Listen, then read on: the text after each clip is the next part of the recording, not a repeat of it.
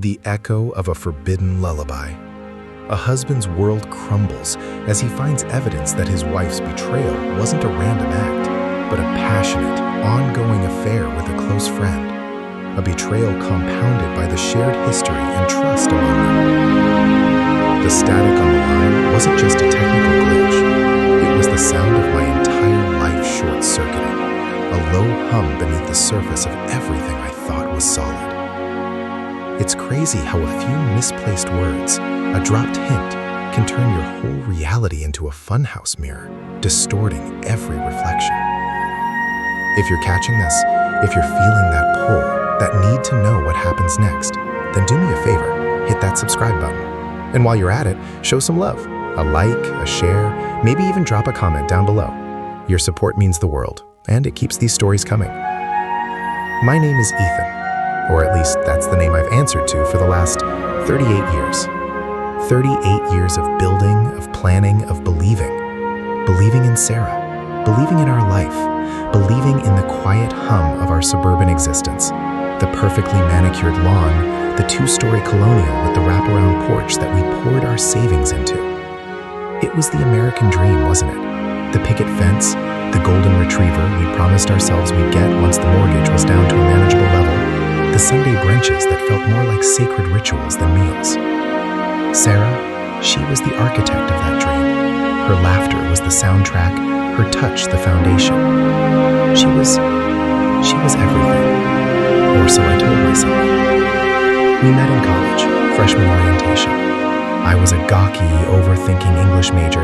She was a whirlwind of confidence, a business major with a smile that could melt glaciers. We were an unlikely pair, everyone said. But we just clicked. Years later, after late-night study sessions bled into late-night dates, after graduation and the first tentative steps into the real world, we found this town, this house, this life. It wasn't handed to us. We worked for it. The late nights, the early mornings, the sacrificing of impulsive trips for sensible investments. It was a partnership, a two-lane highway stretching out ahead, smooth and predictable.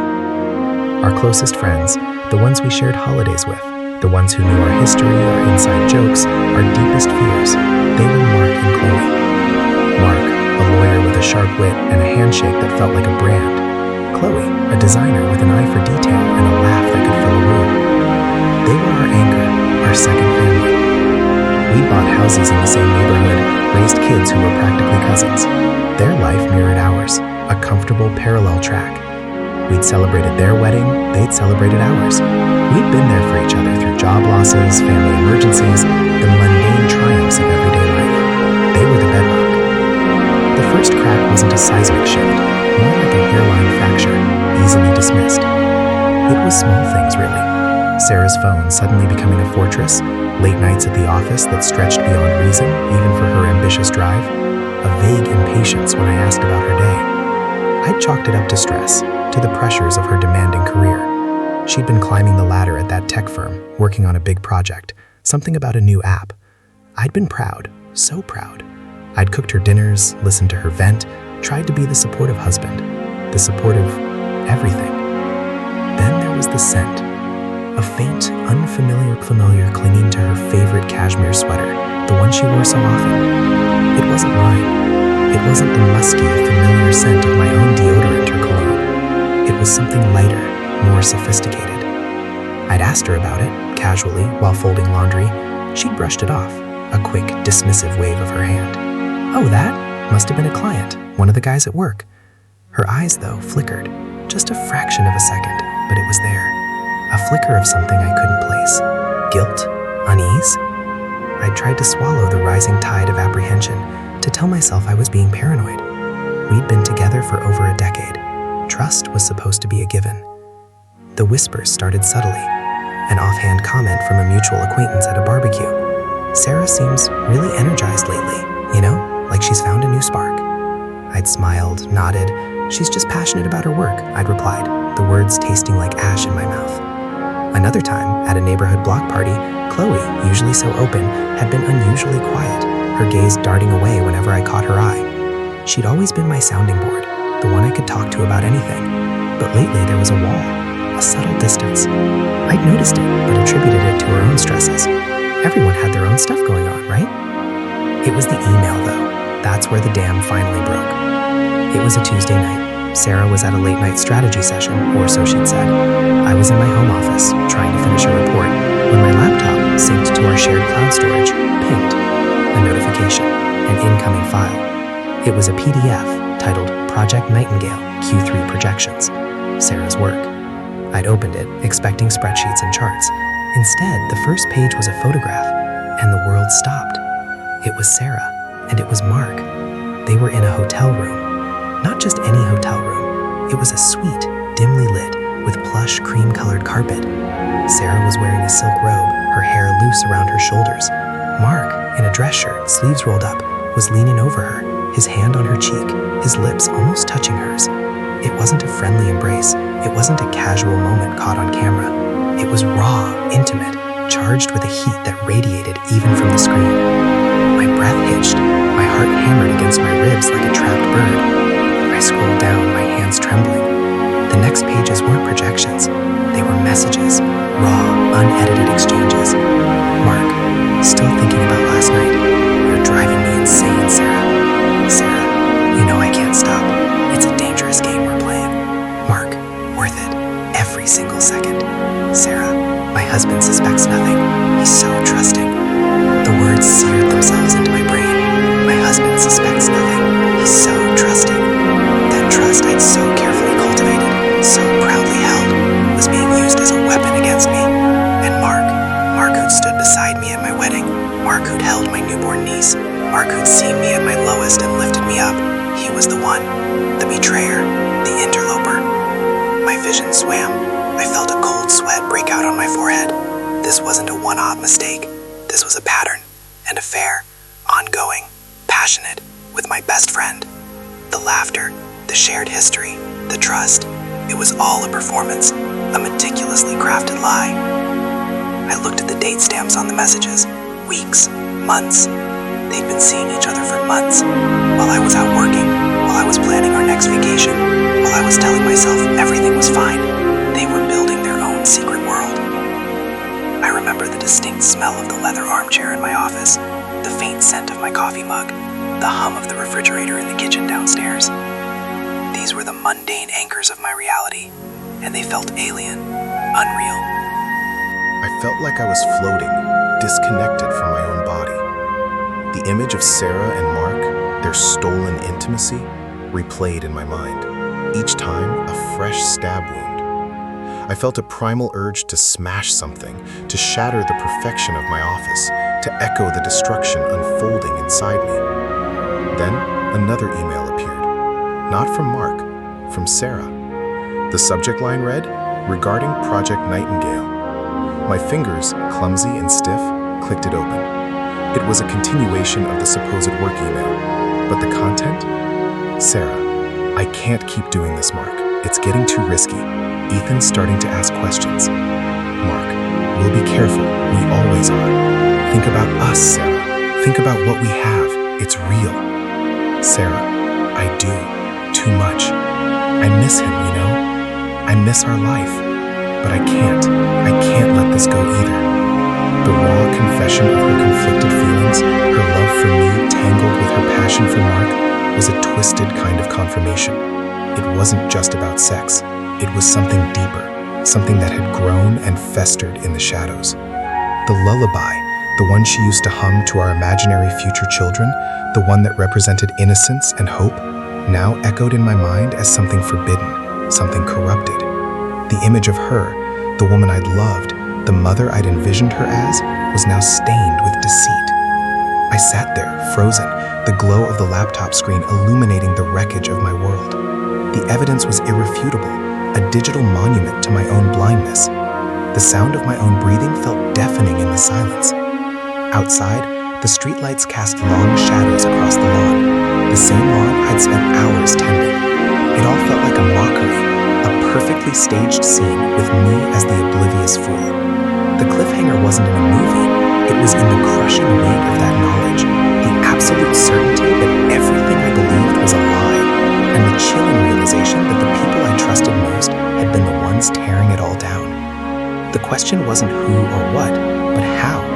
How could And more importantly, what the hell was I supposed to do now? The static on the line was getting louder, filling the void where my heart used to be. The static wasn't just a sound anymore. It was a physical sensation, a buzzing under my skin, a pressure behind my eyes. I kept scrolling through those messages, each word a hammer blow. He's so trusting. That was me, the guy who never checked her phone, never questioned her late nights, never doubted her every word. The guy who'd built his entire identity around being a good husband, a good partner. And Mark, the guy I'd been to bachelor parties with, the guy whose kids called me Uncle Ethan, the guy who'd helped me move that damn heavy sofa into our first apartment, he was the one whispering sweet nothings to my wife in a dimly lit hotel room. The betrayal wasn't just an act, it was an invasion, a desecration. My jaw was clenched so tight my teeth ached. I wanted to scream, to rage, to smash something, but the shock held me, a cold, paralyzing grip. I replayed Sarah's words in my head, the ones about missing our life, but not being able to let this go. What was this? This poison? This fire? This ruin? And what about our life? Was that just a convenient cover story? A stage prop for her real drama? The sheer audacity of it, the casual way she compartmentalized her love, her loyalty, it was breathtaking. I felt a deep, gnawing sickness in my stomach. It was the taste of bile, the realization that every tender moment, every shared laugh, every whispered confession of love over the years could have been a performance for me, the dutiful audience, while the real show was happening elsewhere. I looked around my office. The framed photo of Sarah and me on our wedding day sat on the corner of my desk. Her smile was radiant, her eyes shining. I'd always thought it was pure happiness. Now I saw a flicker of something else, something guarded, something distant. Was she already thinking about Mark even then? The thought sent a fresh wave of nausea through me. This wasn't just about sex, it was about a connection, a deep, twisted intimacy that had somehow bypassed me entirely. They'd built a secret world, a sanctuary of deception right under my nose. And the worst part? I'd actively helped build the walls. I'd provided the security, the normalcy, the unquestioning faith that allowed them to flourish. The silence in the house was deafening. The ticking of the grandfather clock in the hallway seemed to mock me, each second a reminder of the time I'd wasted, the life I'd been living in ignorance. I imagined Sarah, maybe right now in our bedroom, talking to me, telling me about her late strategy session, her voice smooth, her eyes meeting mine, all while her mind was still replaying Mark's touch, his whispered words. The image was so vivid, so sickeningly plausible, that I flinched. How long had this been going on? How many times had she lied to my face? The sheer volume of deception felt insurmountable, a mountain of deceit I could never climb. I needed to see her. I needed to see the truth in her eyes, to force her to confront me, to confront herself. But the thought of facing her, of seeing that carefully constructed facade crumble, felt terrifying. What if she denied it? What if she twisted it, made me the villain, the insecure husband who couldn't handle her success? My mind, however, was already racing ahead, conjuring scenarios. I saw myself confronting Mark, the raw, animalistic rage that would erupt. I saw myself screaming at Sarah, demanding answers, demanding an explanation for the destruction of our life. But I also saw the possibility of my own unraveling, of breaking down completely. I stood up, my legs unsteady. I walked out of my office and into the living room. The room was exactly as we'd left it that morning. The kids' drawings were still taped to the refrigerator. A half-finished crossword puzzle lay on the coffee table. It was a snapshot of our normal, our mundane, our beautiful, fragile reality. And it was all a lie. I picked up a framed photo of the four of us, me, Sarah, and our kids, Emily and Ben, at a baseball game last summer. Their faces were flushed with excitement, my arm around Sarah's shoulders. I'd felt so complete then, so full of love. Now looking at it, I felt like a ghost, a spectral observer of a life that was no longer mine. I needed to breathe. I needed air that wasn't thick with the stench of betrayal. I grabbed my keys and headed for the front door. I didn't have a destination in mind, just the desperate need to put distance between myself and the wreckage. The cool night air hit my face as I stepped outside. The suburban street was quiet, bathed in the orange glow of streetlights. Houses sat silently, their windows dark, concealing their own secrets. I got into my car, the familiar scent of leather and old coffee a comfort I suddenly couldn't stand. I started the engine and pulled out of the driveway, not looking back.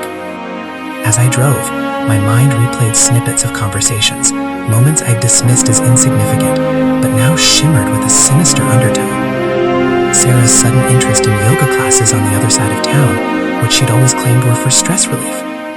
The hushed phone calls she'd take outside on the porch, always ending with a quick, almost frantic, "I'll call you back." The way she'd flinch when my phone rang unexpectedly, a split-second reaction I'd mistaken for surprise. Each detail, a brushstroke on a canvas of deceit. I found myself driving towards Mark's neighborhood.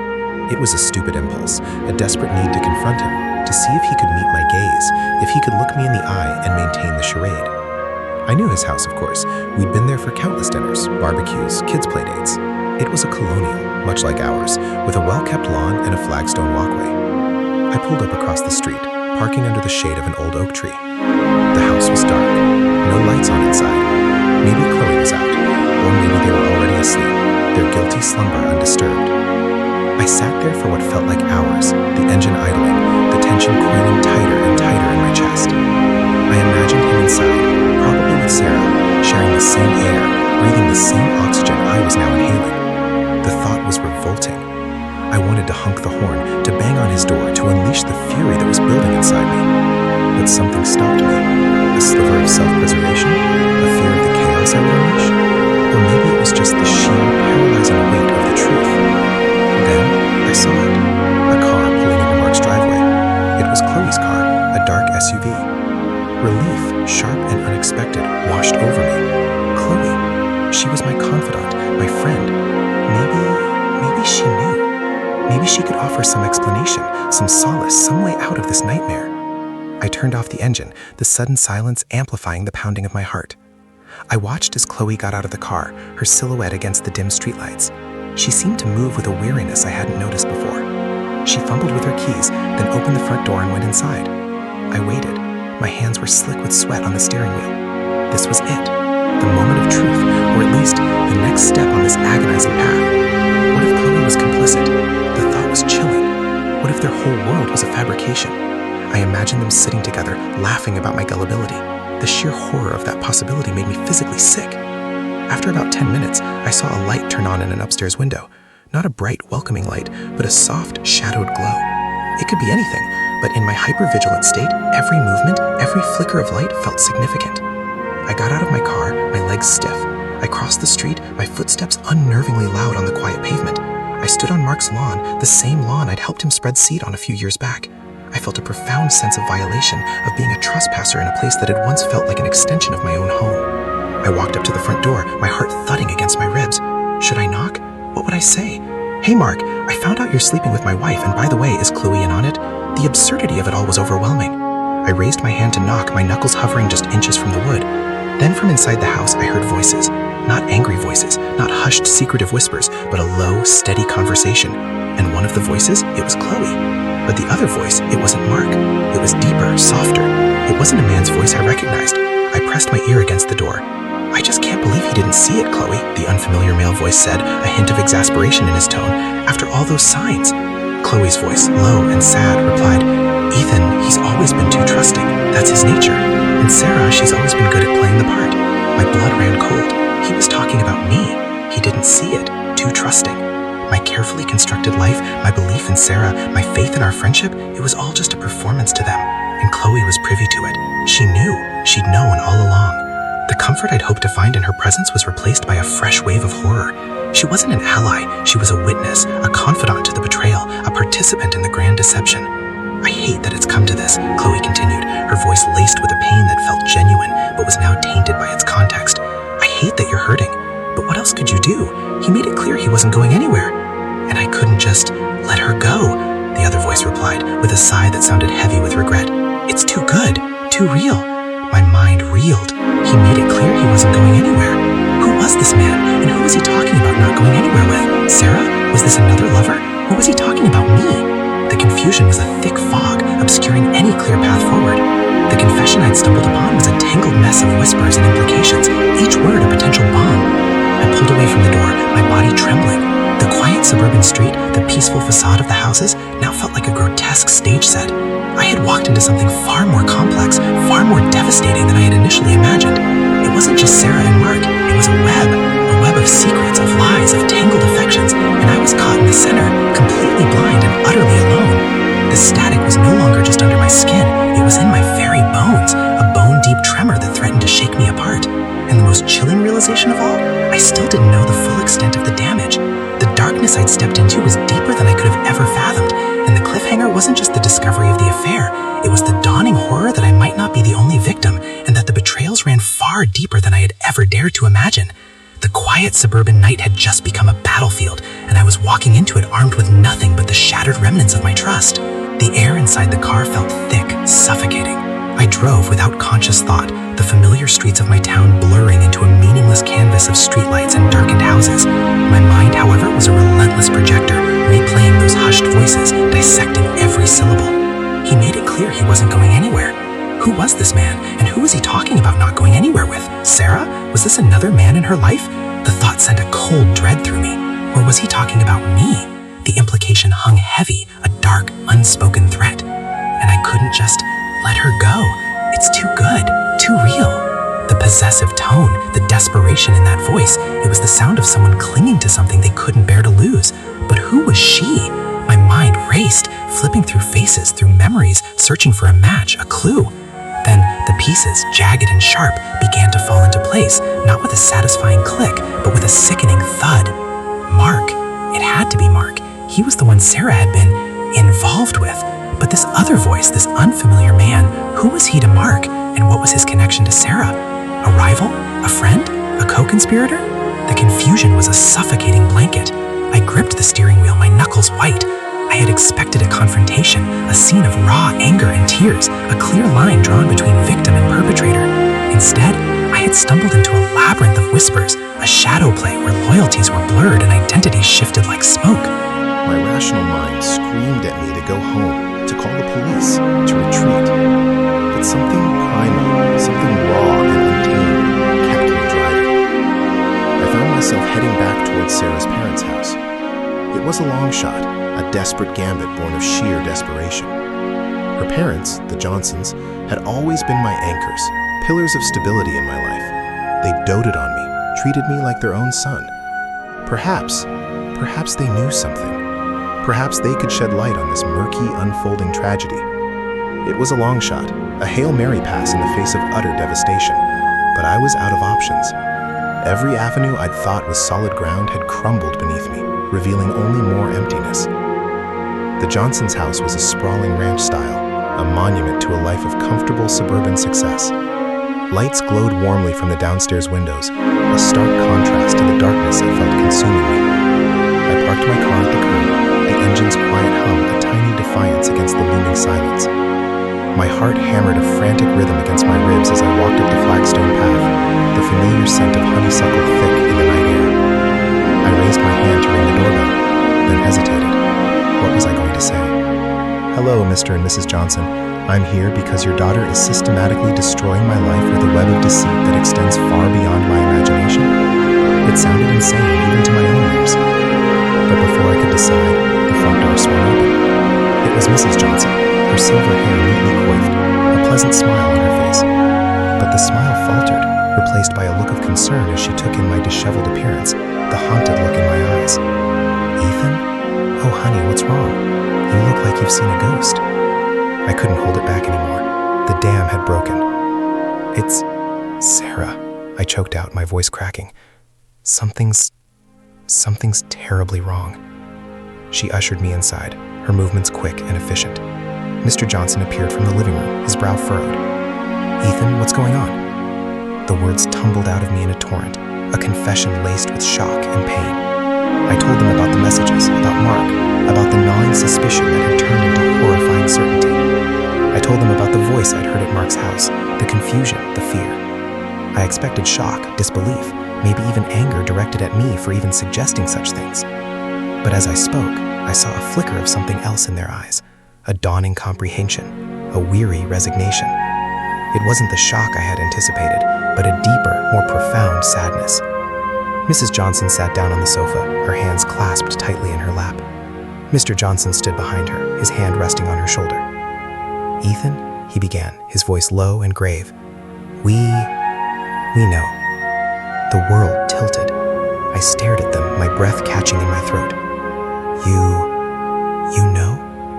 Mrs. Johnson nodded, tears welling in her eyes.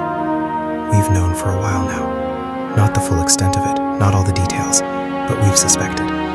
Sarah, she's been distant, unhappy, and we've seen things. Mark, he's a good man, Ethan, but he's always been drawn to Sarah. And Sarah, she's always had a restless spirit." Restless spirit? The phrase felt like a euphemism, a polite way of saying she was a serial cheater. "But why didn't you say anything? Why didn't you warn me?" My voice rose, laced with a desperate plea. Mr. Johnson sighed, a heavy, defeated sound. "Ethan, it's not our place. She's our daughter. We tried to talk to her, to understand what was going on, but she'd deny it or twist it, make us feel like we were interfering. We didn't want to break up your marriage. We hoped it was just a phase, that she'd come to her senses." A phase? The word was a bitter mockery. This isn't a phase, it's a demolition. And that other voice, who was that? Who was Mark talking about? Mrs. Johnson's face crumbled. "That, Ethan, that's the part we're not sure of. Mark, he's been under a lot of pressure. His business hasn't been doing well. And Sarah, she's been supporting him, emotionally and in other ways, it seems. But there was a man who was helping Mark, a business associate. We've heard Sarah mention him, a Mr. Davies, I think. He's married, and he's been spending a lot of time with Mark and Sarah." The implications crashed down on me, a tidal wave of dawning horror. Davies, married, helping Mark, and Sarah supporting him. It wasn't just Sarah and Mark anymore. It was a tangled knot of infidelity, of business deals, of desperation and deceit, and I was at the center of it, blind and utterly alone. My betrayal wasn't just a personal tragedy. It was part of something larger, something more sordid and complex than I could have ever imagined. "He made it clear he wasn't going anywhere," I repeated, the words tasting like ash in my mouth. It was Davies talking about Sarah, wasn't it? It's too good, too real. This man, married, was having an affair with my wife, and Mark was somehow entangled in it. The picture that was forming was grotesque, a monstrous caricature of love and loyalty. Mr. Johnson looked at me, his eyes filled with a deep, paternal sorrow. "Ethan, we are so sorry. We should have done more. We should have pushed harder. But we were scared too. Scared of losing her. Scared of what the truth would do to all of us." I stood there, in the heart of the comforting suburban home I had always known, and felt an alien chill. The Johnsons, my surrogate parents, were complicit in their silence. Their love for their daughter, their fear of disruption, had led them to watch my life burn down around me. It wasn't an active betrayal, but a passive one, a dereliction of duty that felt just as devastating. "So," I said, my voice unnervingly calm, a chilling counterpoint to the storm raging inside me. "Sarah is having an affair with a married man named Davies, who is somehow involved with Mark, who she is also having an affair with. Is that about right?" Mrs. Johnson sobbed softly. "We don't know if it's an affair with Mark, Ethan, just that they were close, that she was helping him." "Helping him with what?" I pressed, my gaze fixed on her. "Helping him financially, helping him emotionally, helping him in his marriage." The absurdity of the questions, the sheer depravity of the situation, made me feel lightheaded. Mr. Johnson stepped forward, placing a hand on my arm. "Ethan, we can't give you all the answers. We don't have them. But we can tell you this. Sarah loves you. She does. She got lost. She's always been searching for something more. Something she thought she was missing." "Missing?" I laughed. A short, sharp bark of a sound, devoid of humor. What could she possibly be missing? A life of comfort, a husband who adored her,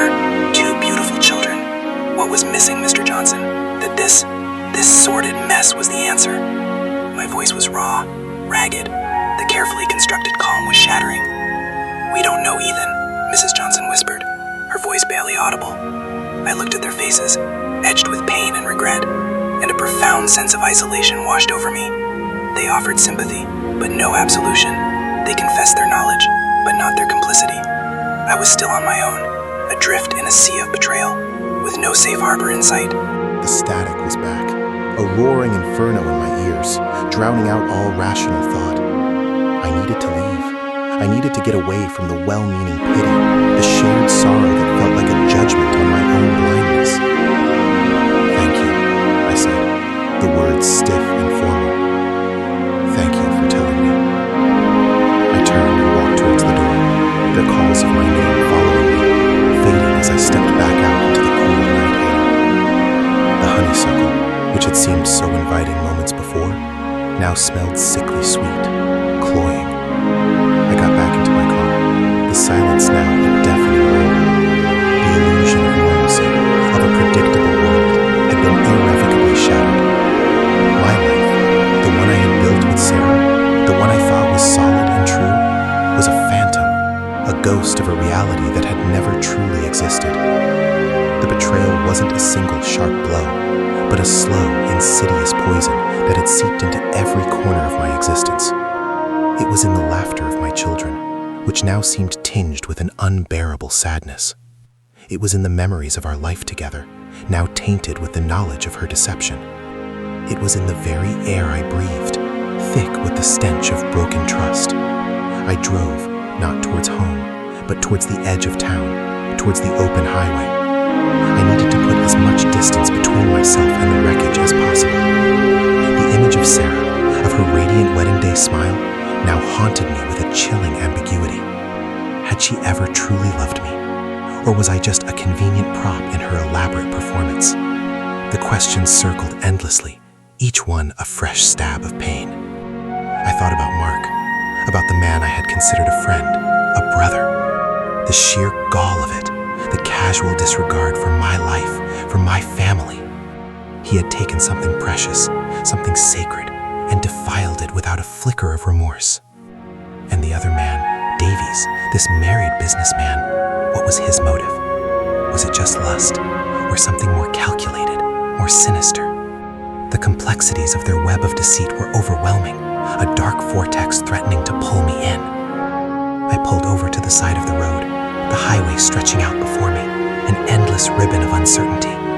The stars were out, cold and distant, offering no solace. I rested my forehead on the steering wheel, the rough texture a grounding sensation against my skin. The static was fading, replaced by a deep, hollow ache. It wasn't the explosive rage I had anticipated. It was something quieter, more profound. A vast, desolate emptiness. I had lost my wife, my friend, my sense of reality. I had lost the future I had so carefully planned, so lovingly built. What was left? The children, Emily and Ben. They were the only anchor in this storm, the only reason to keep going. But even they were now living in a world of lies, a world where their parents' love was a fragile facade. The thought of them, their innocent faces, their unquestioning faith in their parents, was almost unbearable. The confession was over. The raw, brutal truth had been laid bare. There were no heroes, no villains, just flawed, broken people caught in a tangle of their own making. No neat resolutions, no redemptive arcs, just the cold, hard reality of a life irrevocably altered. I took a deep, shaky breath, the first one that felt like it might actually fill my lungs. The ache was still there, a constant dull throb, but it was no longer incapacitating. It was a reminder, a scar that would forever mark this moment. I started the engine, the sound a low rumble in the quiet darkness. I had to go home. I had to face the children. And then I would figure out how to live in the ruins. One breath, one moment, one shattered piece at a time. This was not an ending. It was the beginning of something I never wanted. A life built from the ashes of what I thought was everything.